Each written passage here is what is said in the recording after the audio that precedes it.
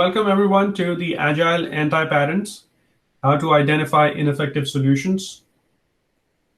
We're going to talk about where you are in your Agile transformation. And this is one of the advanced topics. So I'm going to assume some prior knowledge or exposure to an Agile method or framework. If you don't have that exposure, if this is your first Agile webinar, do use the chat functionality and post your question, and I'm going to be happy to answer those as I go along. So a little bit about myself. I have been in this industry for about 20 plus years. I've had various roles in technology, project management, agile transformation, and I've worked in banking, insurance, and healthcare industries. Those are my top three from a subject matter expertise. And I started my career as a programmer.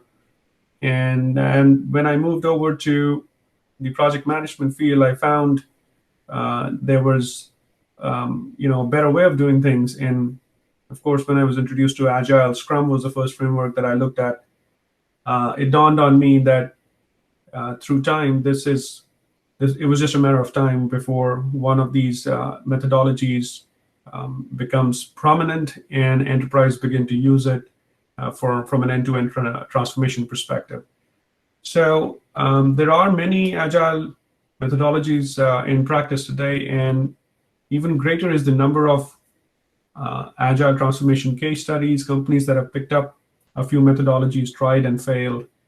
And today we're going to take this opportunity to talk about the root causes or things that go wrong and things that happen in a very subtle fashion that it doesn't necessarily become evident when you're making those decisions at an enterprise level. However, some of those decisions lead you to the wrong path. And that is where the topic of anti-pattern becomes even more evident. So what I'd like you to do now is to put your thinking caps on and take a look at the screen. We've thrown a couple of keywords. If you've been part of an agile transformation or on your agile journey, you've probably been hearing some of these terms or perhaps have in-depth experience with one or more. What I'd like you to do is type in the chat window, which of these terms are you most familiar with? So we're going to take about 30 seconds or so and see what we come up with.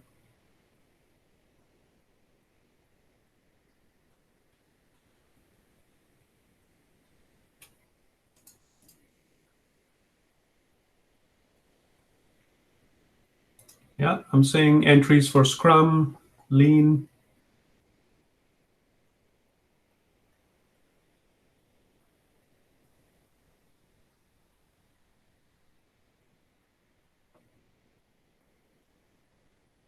Yeah, and I've actually mixed these things up a bit. So some of these are methodologies, others are practices. Some of these terms you probably hear on the water cooler conversation. Business value gets a lot of focus in conversations. Transparency, inspection, adaptation, right? So it kind of tells me that people are familiar with these terms, which is great. And that's the kind of base that I wanted to build on. So when an agile transformation begins, more often than not, these are some of the goals that organizations are interested in.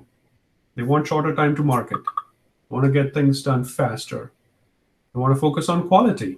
Everybody wants a quality product, right? And making work visible, having an opportunity to inspect the work and adapt at regular intervals, being able to mobilize the workforce, and truly looking at an end-to-end transformation. So some of the keywords that we just looked at lead directly to the most common goals that you would find in the agile transformation space.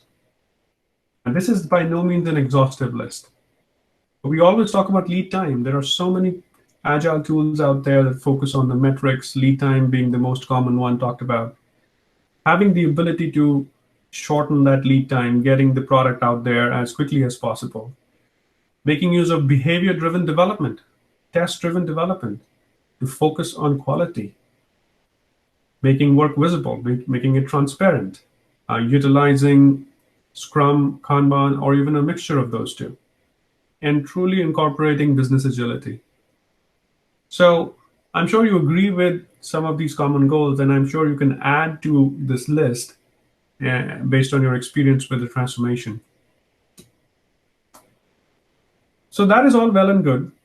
6 months go by, a year later, where do you find yourself? Teams have training in agile methods, ceremonies and events. The work is more visible.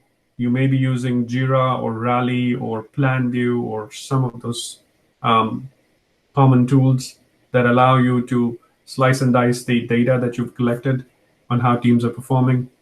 Metrics are regularly tracked. There are meetings that talk about those metrics. Velocity, which is a key measure that teams are typically portraying how they're performing, it eventually gets to a level where it plateaus. Newer teams typically see an increase in their velocity.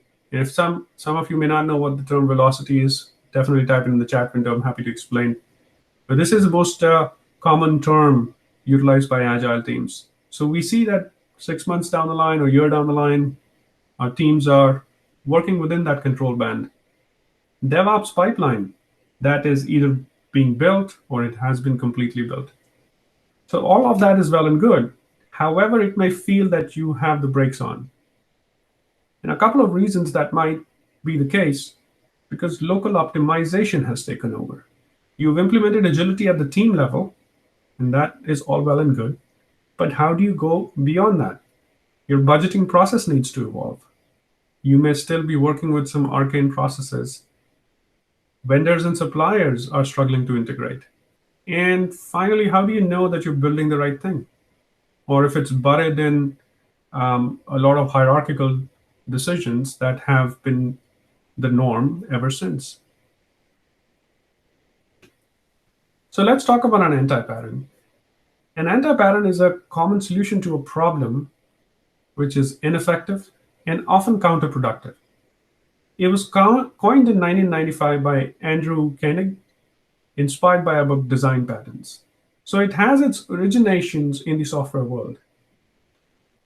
It's just like a pattern, except that instead of a solution, it gives something that looks superficially like a solution but isn't one.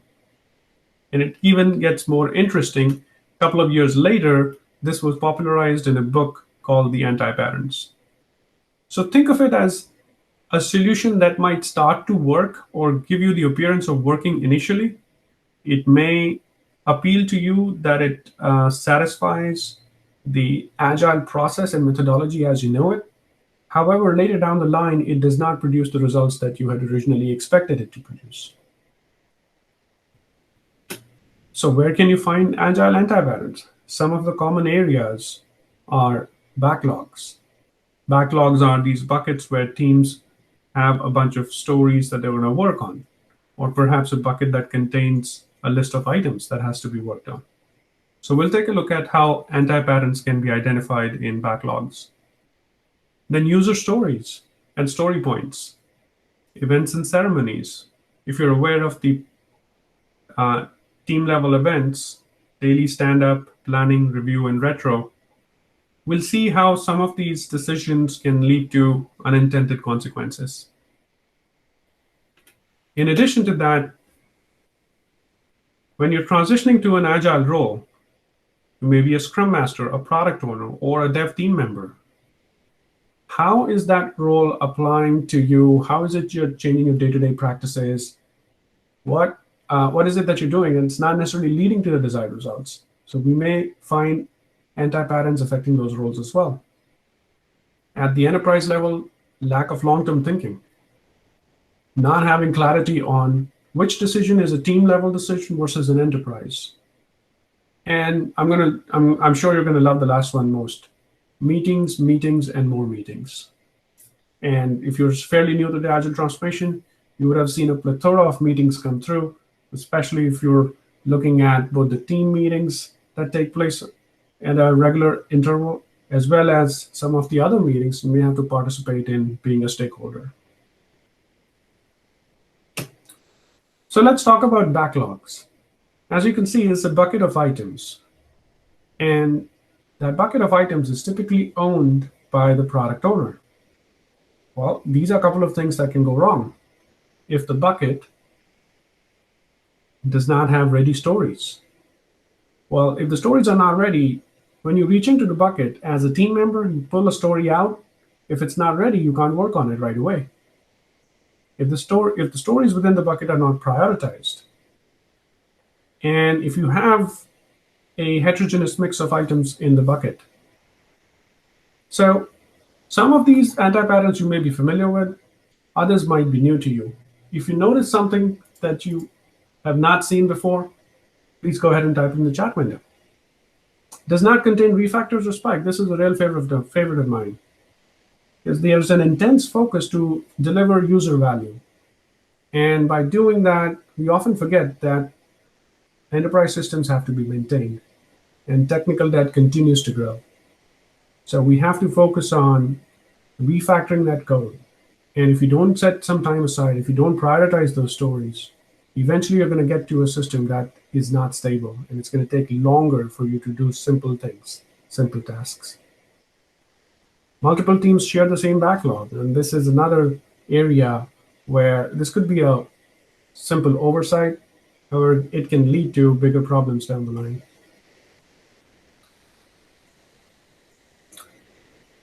User stories. As a user, I want to do something so that value gets delivered. What if the user story does not meet a definition of ready? Or the definition of ready does not even exist for your team. So how are the team members supposed to know when a story is ready to be worked on? This I've seen is the most common anti-pattern with teams, especially the ones who are fairly new to Agile, because they would pick up on the mechanics of the Agile process. They'll pick up on the ceremonies and the events that they have to participate in. But these are the subtle items that they'll probably glance over. So if you're looking at the team and trying to make it more agile, make sure they have a definition of ready. Doesn't have to be very elaborate. Should be a simple list of things that can identify when a story is ready to be worked on. It does not meet the invest criteria. Every story should be written in a way where it is independent of other stories. You can have a conversation about the intent and the value identified in that story, wherein it should be negotiable. A product owner should be able to have a conversation with the team members to try and understand the scope of the work that is laid out in the story. V stands for value. If a story does not have a value, there's really no reason for the team to work on it, because we're really in the business of creating value. It should be estimable. It should be small, and it should be testable. If a QA person looks at a particular story and is scratching their head trying to figure out how they're going to write a test case on that, maybe we need to revisit the story and see if it's been written correctly. So it should meet the invest criteria. It's not written from a user's perspective. It's basically being used as a container for tasks. And it has a loosely defined acceptance criteria. Let's talk about story points. How many of you are familiar with the sequence of numbers that you see here? If you are familiar, type it in the chat window. Tell me what this is.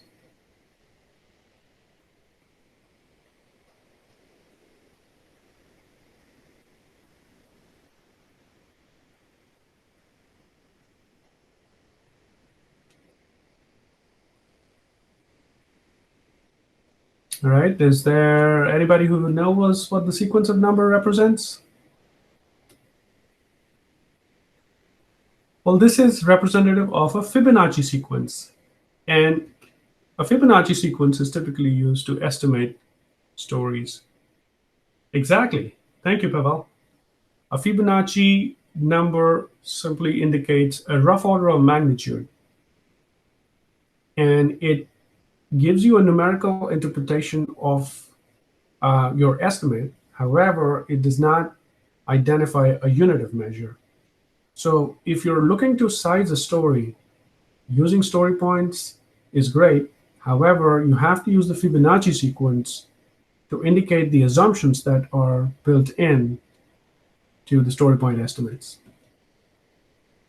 Okay, this is a favorite of mine, and this is really true for agile teams that are fairly new. They maybe catch on to the concept of story points. They're probably also um, on board with the Fibonacci sequence. However, the hardest thing is to change the way they think. So they're thinking about the estimate in number of hours and then backtracking to fit it into a story point. And I've also seen some teams indicate an hour threshold to a particular story point. For example, 8 story point, we think it's going to take about 2 days. If it's a 13 story pointer, we think it's going to take about 3 to 5 days. So initially that might be an acceptable way of operating, but it truly discounts the value that story points were bringing in. If you don't know enough about a story, using Fibonacci sequence allows you that wiggle room, because the story point is not just about estimate. It incorporates complexity. It incorporates the unknown elements about a story. So you're really defeating the purpose of using story points if you continue to think of your estimate in hours and not incorporate the complexity that is inherent to a given story. Using story points for actuals. Well, as I said, story points are primarily used for estimates. But once you're done with the work, once your 2-week sprint gets to an end, you already know the amount of time that your story has taken in number of hours or in days. At that point, it really makes no sense to use story points and say, of the 8 story points, I'm looking for partial credit because I have completed development work on that story. The QA work I can expect to be completed in the next iteration. So asking for partial credits is a typical anti-pattern I've seen with newer agile teams. And it really goes back to how you're thinking about that estimate. Gaming the system. Once the teams begin to understand how the story points work and how it all adds up to the velocity number, which is typically used to indicate at some level performance associated with the team, teams can then start to indicate maybe a higher story point for a piece of work that they would have originally sized to be a smaller estimate. And then they learn to game the system. And they can switch these estimates either way. So these are some of the things you may want to pay attention if you're looking at a team where the velocity continues to increase, or perhaps there's a change in pattern from one iteration to another. We don't compare velocities across teams. However, we do use the velocity number as a pattern analysis in order to see if there's an opportunity to adjust any elements of the team.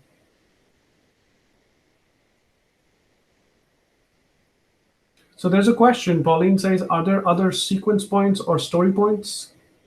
Pauline, is that referring to the Fibonacci sequence? If so, the Fibonacci sequence is used for story points.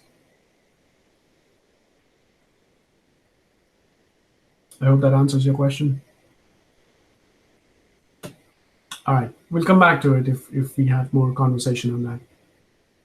So here's a little exercise. I'd like you to make use of the chat window and identify which of these is not an anti-pattern. Another way to think of it is, if you read the statement and you agree with it, put a yes in the chat window. If you don't agree with it, put a no in the chat window. So we'll start with the first one. Your daily stand-up meeting regularly goes over 15 minutes. Do you agree or do you disagree? Is it a good thing or not a good thing?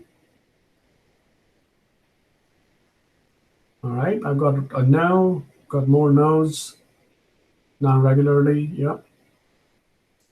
All right, let's see what we have. We have a big cross.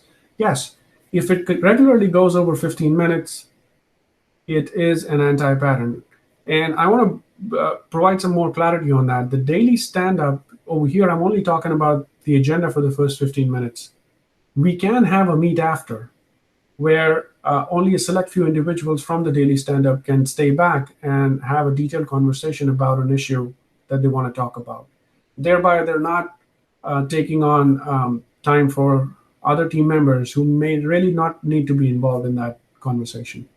So during the daily stand-up, we want to stick to those three questions, provide a status update to the team, and identify topics for the meet after. Let's take a look at the next one. Discuss appropriate level of detail. Is that a good thing or no?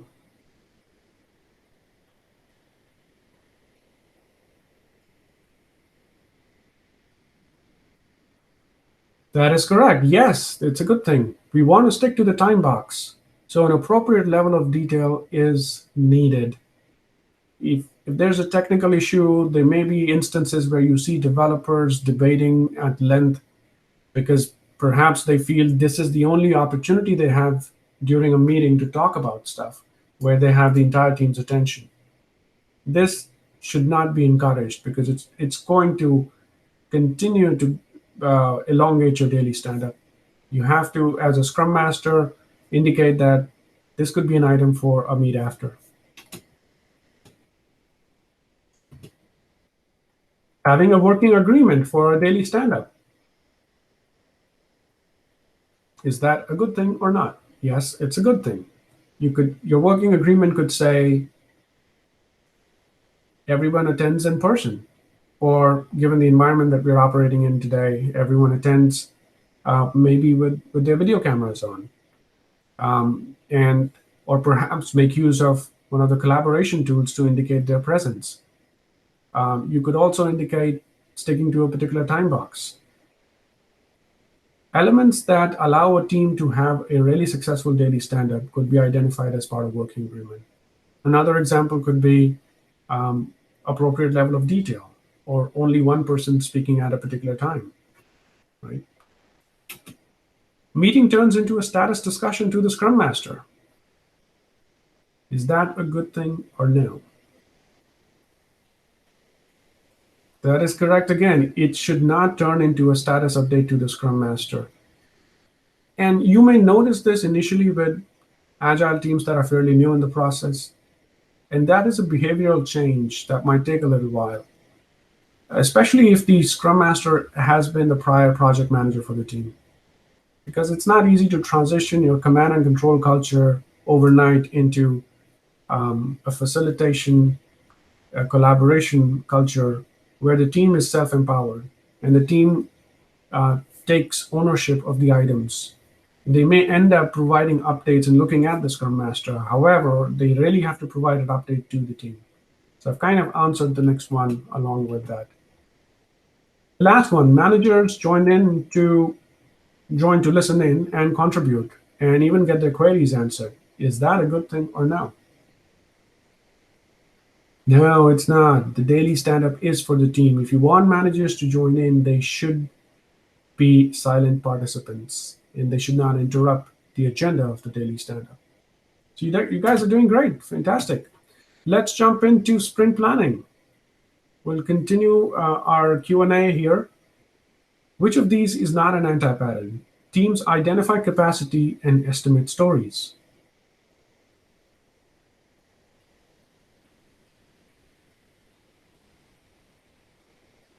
Yes, we expect the teams to identify capacity and estimate the stories. So that is a valid expectation.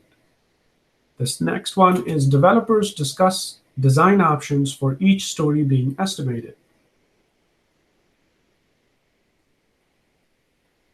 Okay, we've got mixed opinions here, and we can delve into a bit of detail in here. The planning session is purely to understand the requirements, truly have a grasp of the scope of work, and be able to estimate that work. Now, some amount of design conversations are part and parcel. What we want to discourage is having a detailed, deep dive and religious conversations about the tool of choice or design patterns or architecture discussions that have to happen, because that can truly derail a sprint planning session. As is mentioned in the name, it is planning. So you're going to have an opportunity to have detailed design conversations, but planning is typically not the place to do. Yes, you cannot necessarily have a black and white demarcation between those two. If you ask a lot of developers, they will even tell you that you can't have scope validation without design conversations. So some amount is acceptable. However, watch out for those conversations where the developers just want to spend 10, 15 minutes and then start talking about design documents and stuff like that. So this is a note where we talk about design options for each story being estimated. The next one is product owner sets a sprint goal.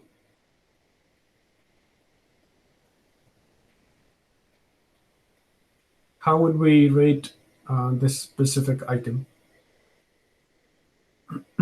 No is correct. We don't want the product owner to set a sprint goal because it's the team that is supposed to pick up the work and execute on it. It's the team's responsibility to set a sprint goal. Product owners should be able to set priority of stories that are going to be picked up by the team. So think of product owner as the customer. They are representing the interests of the customer at this planning session. However, the team may need to work on architectural items in order to deliver what the customer truly wants. So perhaps the goal that the team sets for itself, maybe for the very first sprint, may not all be business value creation. It could be a mix of those. So product owner typically does not set a sprint goal. They could contribute to it by way of prioritizing stories, but they are not the ones setting a sprint goal. If we have managers and scrum masters estimate stories for the team, that is a bad thing.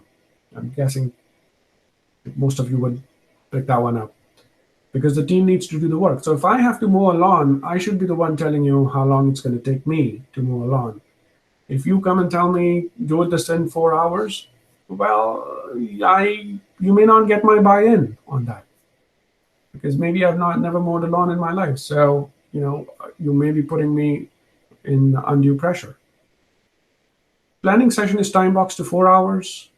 How many of you agree with that? Yes, that's a half a day, and that is typically a pretty good amount of time to talk about planning. Any more, you will see people start to lose interest.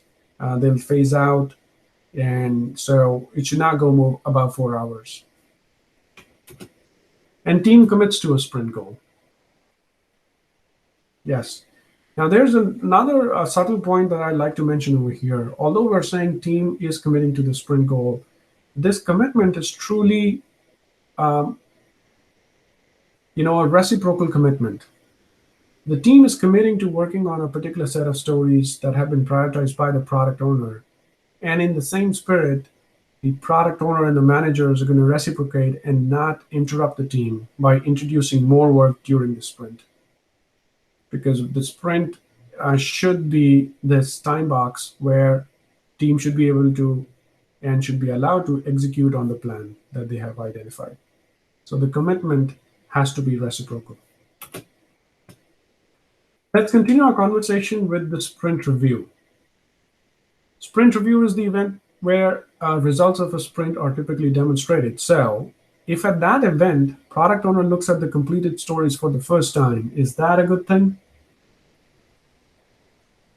Sharmila says no. Okay. Yeah, that's not a good thing. And the reason is pretty obvious, because if the product owner disagrees and wants the team to go back and make some adjustments, well, it's already too late. We're done with the sprint. The review actually happens near the end of the sprint. Status review meeting with the PowerPoint slides instead of a demo working software? That's a no as well. It contradicts one of the Agile principles that focuses on working software. We want the teams to demonstrate whatever they worked on. If you're part of a technology team or an infrastructure team or perhaps a shared services team, you might find this slightly out of taste, purely because the sprint review session, you may have business owners participating who could not necessarily appreciate, let's say, the value that's being provided by a stored procedure or a web service or one of the other technology deliverables. So in that case, what you could do is bring in the system architect, bring in somebody who can understand both sides of the story. and still present the deliverable, explain to the system architect, and have the ultimate value uh, explained to the business owners. Because eventually those technology items are going to all add up and provide the customer with something that they're really looking for. The technical stories are either not demonstrated or perceived unfit for demo to business stakeholders. We should not skim those. We should not skip over those because we just feel that the business stakeholders are not going to understand them. What we want to do is get somebody who can bridge that gap. And finally, metrics are not reviewed. What would you say to that? Yeah, metrics need to be reviewed. We need to see how many stories did the team pick up and how many were left behind, and maybe do a reality check. And the ultimate benefit of this is the team sticking to the estimates, or is there something happening within the sprint that is throwing their estimates completely off the mark? One of the biggest benefits of running these sprints, if you have whatever the duration of the sprint might be, lies in the fact that you are running this process in a rinse and repeat fashion. And by doing that, your teams are eventually going to get better at estimating. And better estimation makes them more predictable. And ultimately, when all of this adds up at an enterprise level, the folks sitting at the top are going to have a greater degree of confidence that your technology teams, no matter what you throw at them, they can adapt, they can provide estimates that they can stick with. And you can't necessarily achieve that overnight. However, instituting a habit and a culture of reviewing metrics at regular intervals is definitely a step in the right direction. So make sure you review the metrics and don't keep them in the appendix section of the sprint review. Our final event is the retrospective. So if you have managers who are participating to listen in on improvement items, what do you say to that? No, we don't want that.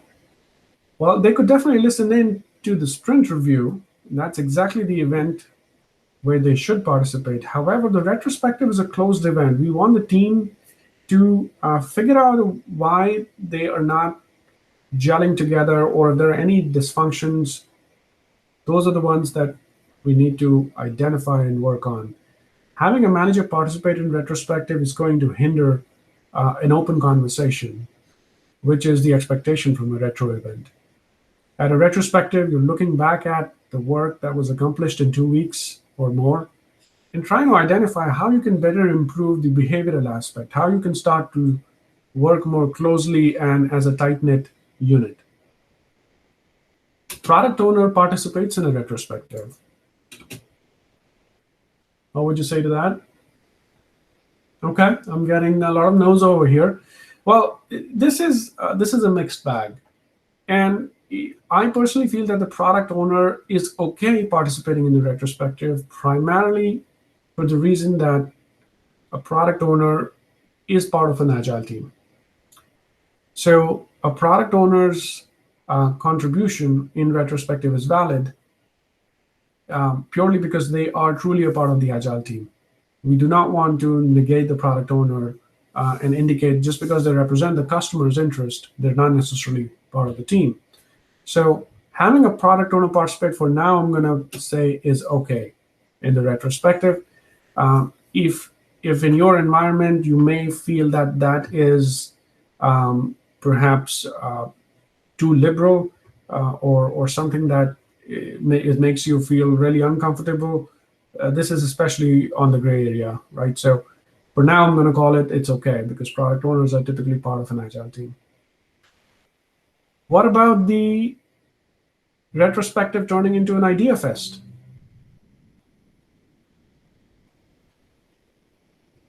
That's not a good thing. Yep, got that right.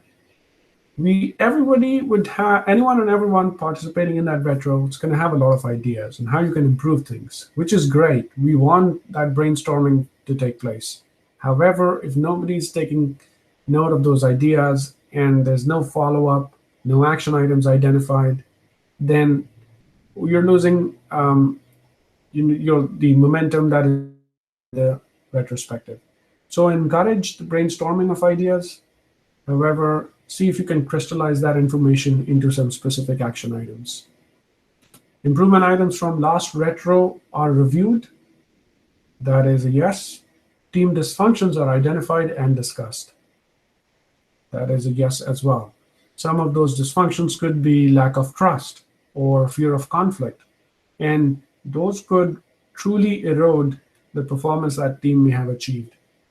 And as a Scrum Master, if you're participating in the retrospective, you want to make sure that you're able to identify those dysfunctions, because if you let them linger on, those are going to amount to much bigger problems later down the line.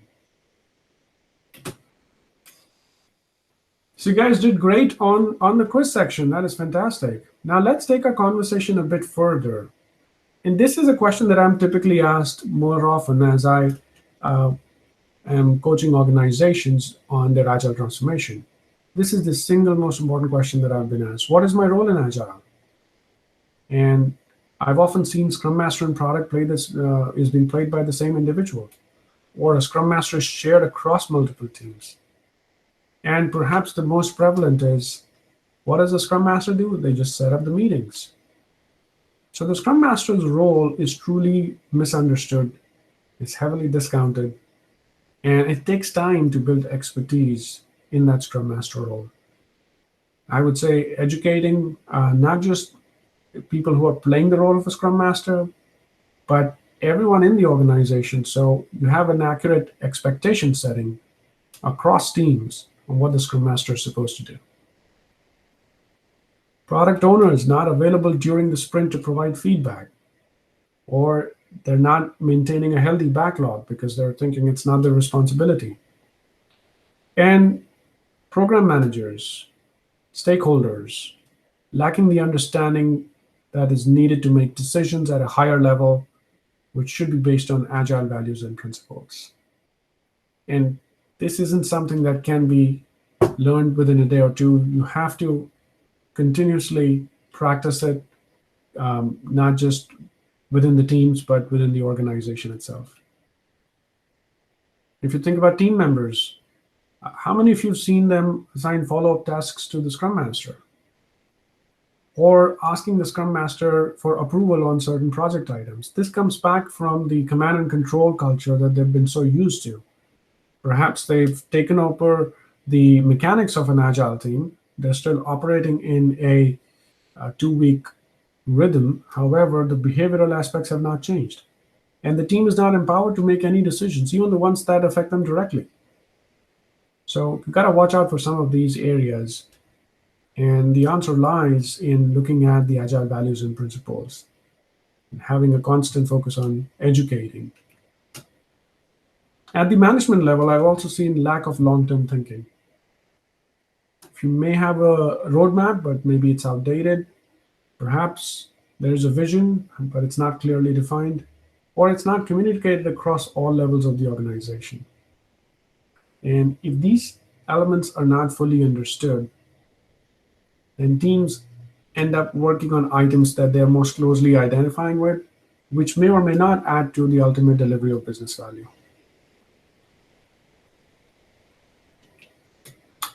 So how many of you have calendars that look like this? And especially if you've been in an Agile transformation for a while. Perhaps you have a bunch of meetings, and then on top of that, now you have Agile meetings. Planning, review, retros, portfolio reviews, architecture reviews, Scrum of Scrums. And this is by no means an exhaustive list of all possible meetings that you may have on your calendar, but was it supposed to be this way? Not necessarily. What ends up happening is that the meetings that should be used as a sounding board, or as that rinse and repeat cycle where these items should be addressed, are not utilized for that purpose. Stakeholders continue to have meetings with one-on-ones, with those design workshops, that get added on to the Agile meetings. So the value of the Agile meetings is truly misunderstood at that time. So here's another quiz. Which of these decisions do you think should be decided by the team? And which ones do you think are not a good candidate for a team level decision? So when do we meet for daily stand-up? Is that a team decision? Okay, I'm getting yes, no. Okay, there's mixed opinions over here. Well, the way you're going to look at these questions is ask yourself who gets impacted. And in this case, if it's just the team members, it seems to me that they should be able to come up with a specific time that works for them. Well, there's a question over here that says, are you sharing anything? Is everybody able to see my screen? Yes, okay. Yes, so I'm on the slide which says which of these should be decided by the team. Oh.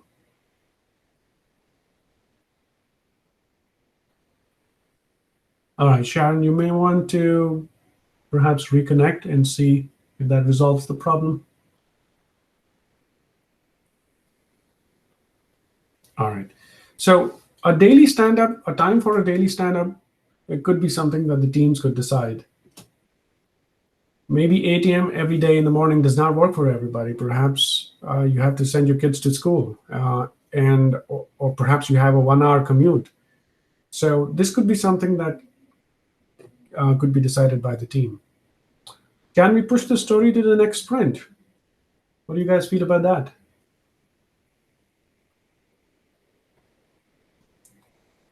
Now,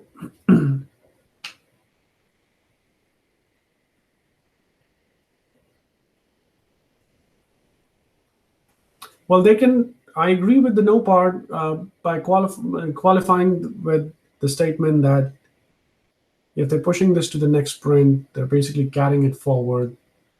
And the decision that they can make is if they're going to work on the story in this sprint. However, prioritization of the next sprint is purely in the hands of the product owner. So yes, I saw a comment saying yes, but with the PO. That is correct. So it could be yes with the PO, or it could be no, you can't do an automatic carry forward. Both of those are correct answers. Scrum or Kanban? I agree with Victor. Maybe if team input indicates needs to move due to resource constraints or backlog. Totally agreed. Yeah, Scrum or Kanban, not a team decision. Exactly. And I've seen so many teams get flustered with there was work that they couldn't finish within Scrum, and Kanban allows them to free up and not stick to a 2-week cycle, and they automatically leans towards a Kanban approach. So that should not be used as an excuse. Kanban should not be used as an excuse just because the estimates that you had for items in a given sprint didn't pan out. How about 2-week sprints or 3-week sprints?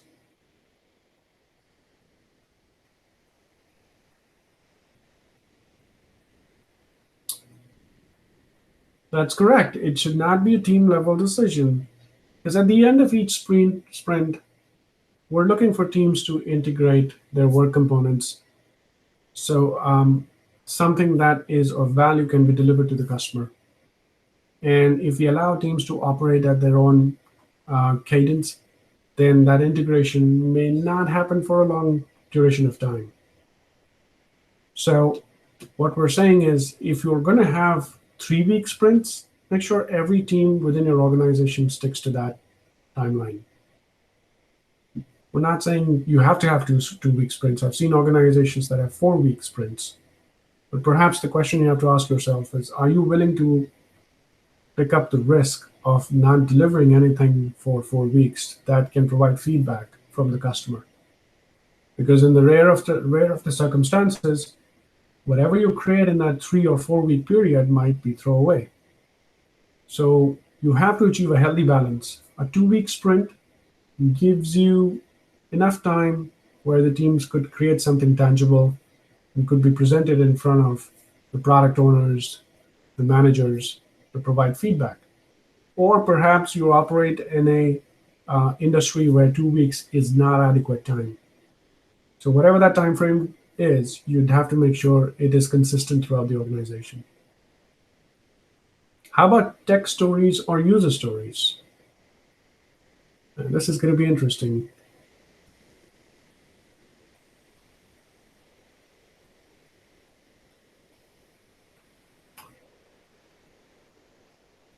Yes, that is correct. It's the team's decision. The team will have a lot of user stories prioritized by the product owner.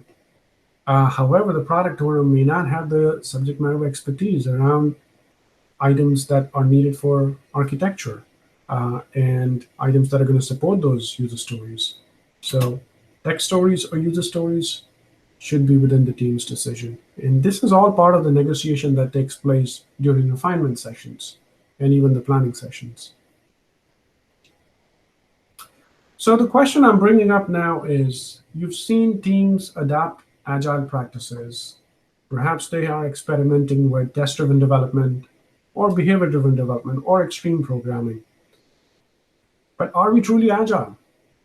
Are we looking at this as a glass half full or glass half empty? Well, one thing's for sure is after that 6 months or a year time frame, we're satisfied in some areas. Your teams are agile, they understand the processes, the rinse and repeat cycle, but a local optimization with the teams being agile, it has created this false sense of process efficiency, where in reality the efficiency is truly limited to the team. So if you throw something at the team which is meeting the definition of ready, they can run it through the Kanban structure that you see and provide extreme visibility. But what happens outside of that? We don't have a really good idea on that. Budgeting process, well, nobody paid attention to that part. It continues to slow down value delivery by moving people to work, and in some cases, making a change to the agile team composition. So agile teams work really great if you keep their composition intact, since people are going to go through this process of 2 week or 3 week cycles. They learn to work with each other, and just by osmosis, they will start to get better at the stuff they're doing, as well as pick up some of the other skills from different subject matter experts in their team. So if you make a change to the team composition, if you bring in a resource from outside, or perhaps change the structure and pull out a couple of resources, not only have you affected the metrics that the team has been accumulating for past X number of iterations, but you've also now created this environment where the team will have to adjust to the newer reality. So change to team composition is not necessarily a good thing. Vendors and suppliers, if they're delivering infrequently and perhaps they are still aligned to this waterfall methodology, you may notice a delay in value delivery. So it might show up as a lot of dependencies. You may do a good job in tracking those dependencies, but your lead times could still suffer.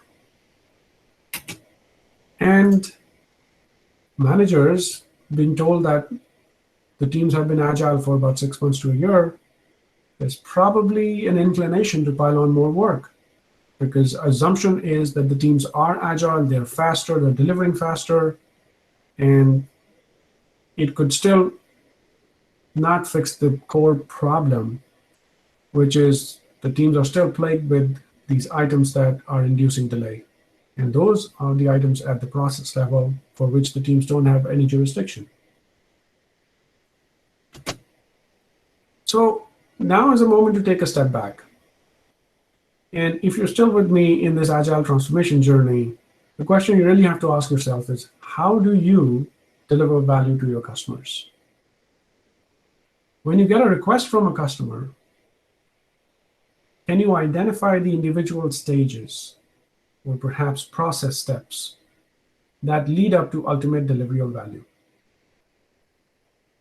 These steps could also include applications and products or software systems that you're already engaged in.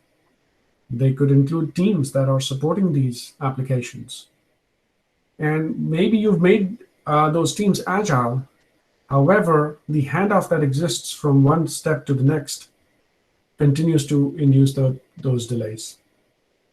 So, taking a step back, identifying how you deliver value to your customers is truly the way to get started. And that brings our focus to this term that I coined and that has been used in the industry is identifying your value stream. So the question we are asking is, where are you on your agile journey? Are you at a place where your teams are optimized and you're looking to take the next step up? Or are you looking to create your implementation plan? And we have a step-by-step method that you can utilize. You start by identifying your value streams, figure out how you're creating value for your customers, document that process, and then train your managers, executives. So each of these elements, we can help you in a specific course. For example, the identifying value stream is covered fully in this 2-day course for Safe DevOps. Managers and leaders take the Leading Safe course and equip themselves with an in-depth understanding of the Scaled Agile framework. Teams and trains are better led by a release-trained engineer who has experience and exposure to the best practices that are needed to ensure that the teams and trains stay on track. If you've already taken a Scrum Master course, you can advance your skills by identifying the anti-patterns and continuing the conversation that we're having today. And build more of the software engineering practices, not only in your teams, but as an organization. And modify your budgeting process, the strategy, the way you're going to fund the teams and trains. And we cover that in a 3-day course called the Lean Portfolio Management. And finally, extending your transformation to portfolio, we focus on customer centricity and design thinking. And we really close the loop by making sure that the feedback that you get from teams is incorporated in the strategy of the organization. That continuously influences the direction that this company is taking going forward.